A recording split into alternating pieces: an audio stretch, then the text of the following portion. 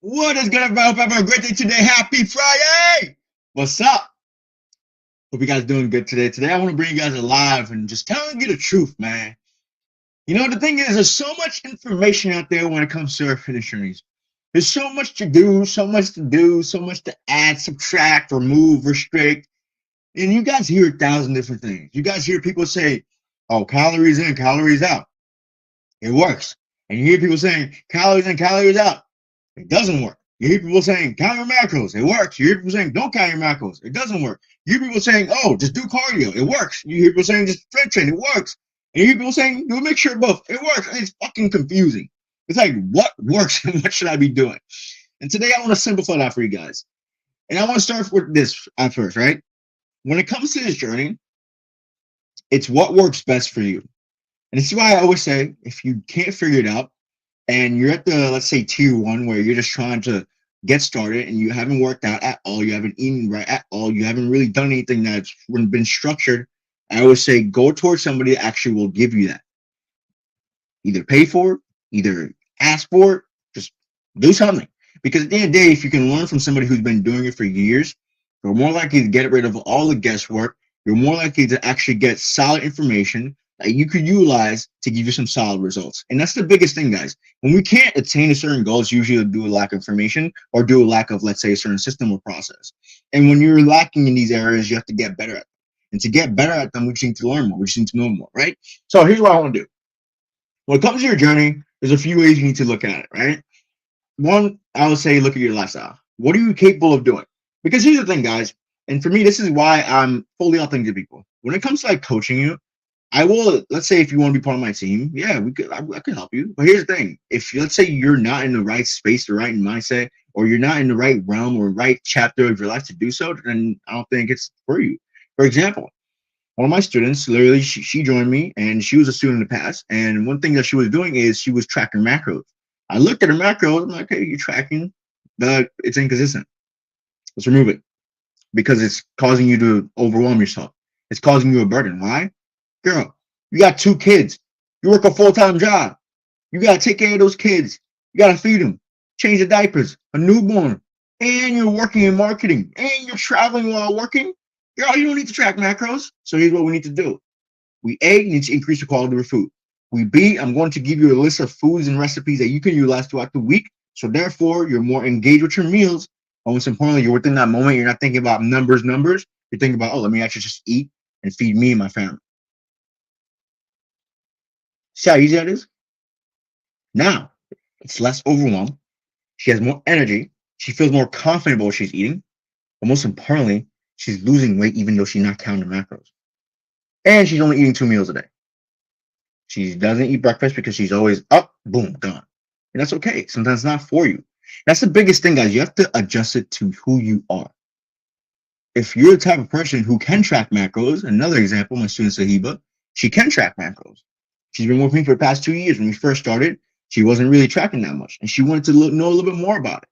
So guess what? I taught her how to count macros and actually eat the foods that she loved so she could still lose this weight.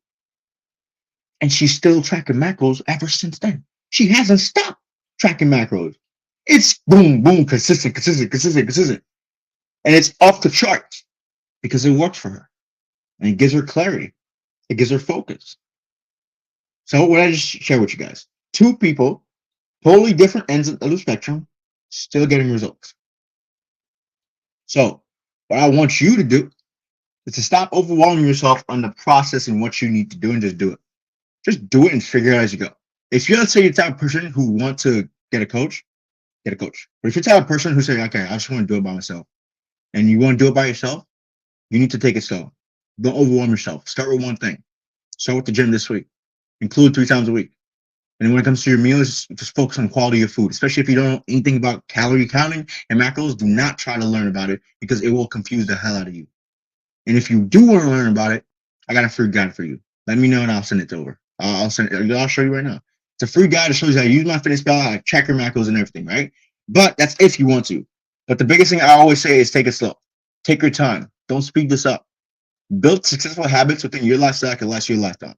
So, for example, the student that doesn't track macros, a few habits that we built It's a habit of increasing protein, a habit of increasing the quality of your food, a habit of cooking foods, a habit of actually looking at your food and saying, okay, this is healthy, and this is what I'm going to make for today.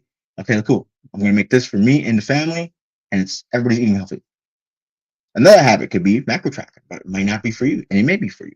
So build habits for you that make sense for you, that makes sense for your future. Most importantly, you could see yourself do in the next 5, 10, 20 years, fam. Because if you're in a journey right now where you can't see yourself sustaining for more than like 2, 3 months, it's never going to be successful. You know, I was talking to somebody the other day, and this was an old college friend. He literally told me, yeah, man, I'm always 2 months in, balls to the wall, and after that, I just stop because I get some results, and I think that's it, and then I just keep it like that. And I'm probably just going to do that again because I got a wedding and this and that time. I'm like, why do you keep doing that to yourself?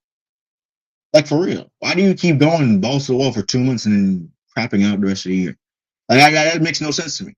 I would rather try and figure it out and how to actually make this sustainable, because that's just a hamster wheel, and a hamster wheel that's just waiting to break down.